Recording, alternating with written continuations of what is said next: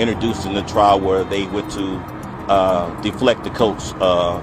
The other four walked directly to Karmelo Anthony. There was a brief conversation, I say maybe 20, 30 seconds, and from there, a scuffle ensued.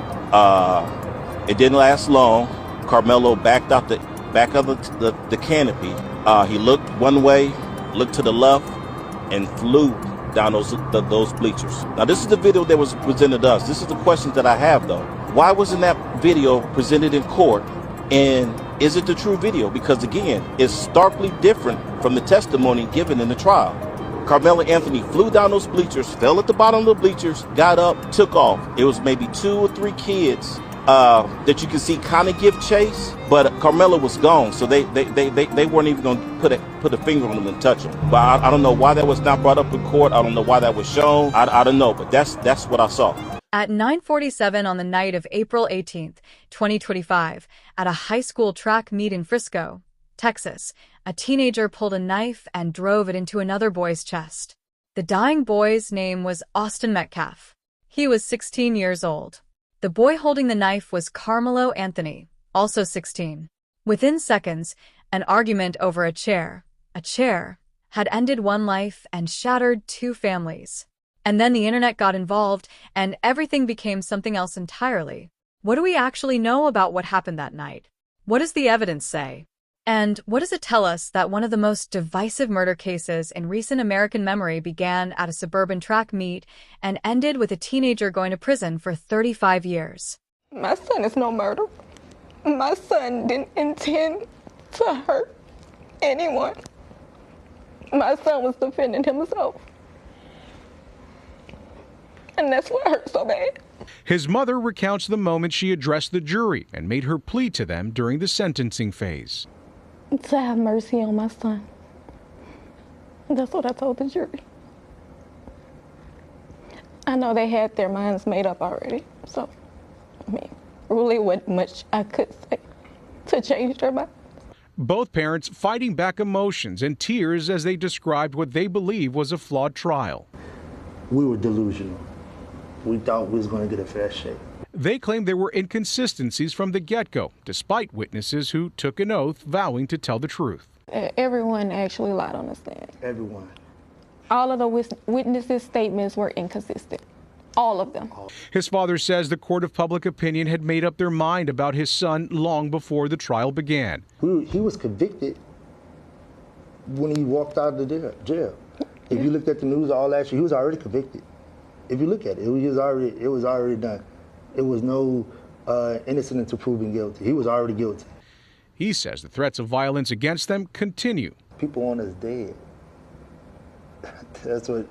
After they still got what they wanted. After they still got what they want, they still want us dead. I can see. You see, I go look at my phone. People want us dead. They want our family dead. And now they're preparing to appeal. They did a number on us. A judicial process they believe wronged them. We didn't get justice. A lot of things that were missed that should have been handled a certain way. However, we couldn't say anything. We did what was instructed. We was told, so we just did what we was told. Austin Metcalf was the kind of kid who showed up. He ran track for Frisco's Wakeland High School, and people who knew him described him as competitive, loud in the best way, the kind of athlete who pushed the people around him. He was funny. He liked to give people a hard time in the way close friends do. He was 16 with a future that included college scholarship conversations and a tight group of teammates who looked up to him. His father, Chad Metcalf, was at that track meet because that's what fathers like Chad do, they show up. Karmelo Anthony was also 16. He attended Liberty High School in Frisco, and by every account before that night, he was a teenager living an ordinary teenage life. His parents were present, vocal, clearly devoted to their son. He had no meaningful prior criminal record. He was described by those who knew him as quiet, introverted, someone who kept a close circle rather than a wide one. By the time his case reached national attention, his family would be giving interviews, organizing fundraising campaigns, and arguing with extraordinary conviction that their son had been failed, first by circumstance, then by the legal system. These were 2 ordinary Texas teenagers at a public track meet on a Friday night. and then they were not. My name is T, and when I went to see the video, they asked if you want to see it from either 2 minutes before the stabbing or 11 minutes before. So I chose 11 minutes. From the moment she pressed play, Karmelo Anthony was already sitting up underneath that canopy, and he was sitting there for at least 8 to 9.5 minutes. You see, well, I saw a boy in a black hoodie go over to him first, and then they left out of the tent, and then you see coming across the field was another 6 boys. When they got to the bleachers, one, he went out of frame, and the other one sat at the bottom. But the remaining 4, they went directly to Karmelo Anthony, and like T said before, it was a brief conversation, and then all you see is commotion. And we know from the interviews that Hunter did, we know that Hunter was, in fact, up underneath that tent. The next thing you see, you can see Karmelo, in the midst of them assaulting him, you can see Karmelo trying to back out, but he gets pulled back forward. The next thing you see is Karmelo, he comes shooting out the back, but he's still not standing. And he had to like kind of crab crawl backwards, and he had to like jerk away from them because they still had a hold of his hoodie. He goes up a couple bleachers and he's looking around for which way to go. He runs diagonally down the bleachers and then he falls. At the time of him falling, that's when I noticed another 3 boys coming down the bleachers chasing after him.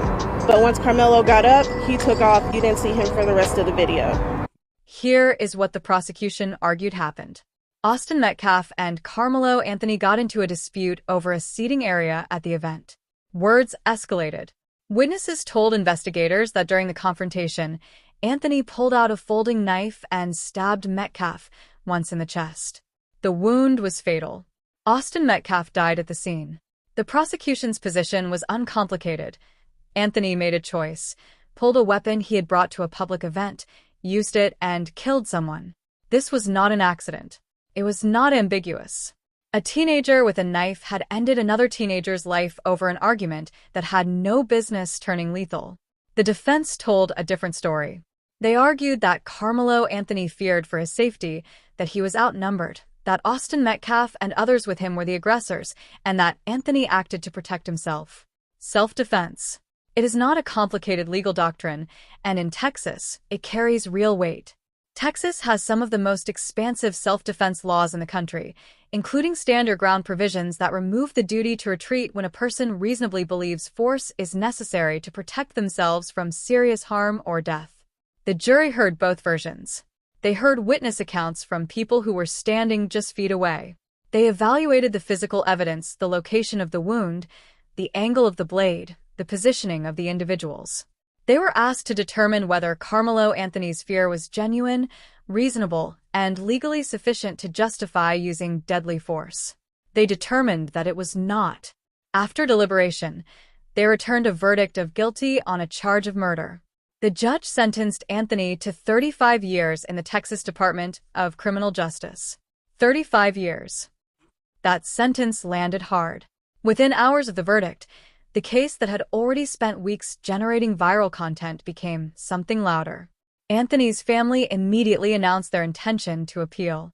Court filings showed Anthony requesting a court-appointed attorney on the grounds of indigence, a striking claim given that online fundraisers organized in his support had raised hundreds of thousands of dollars by the time of trial.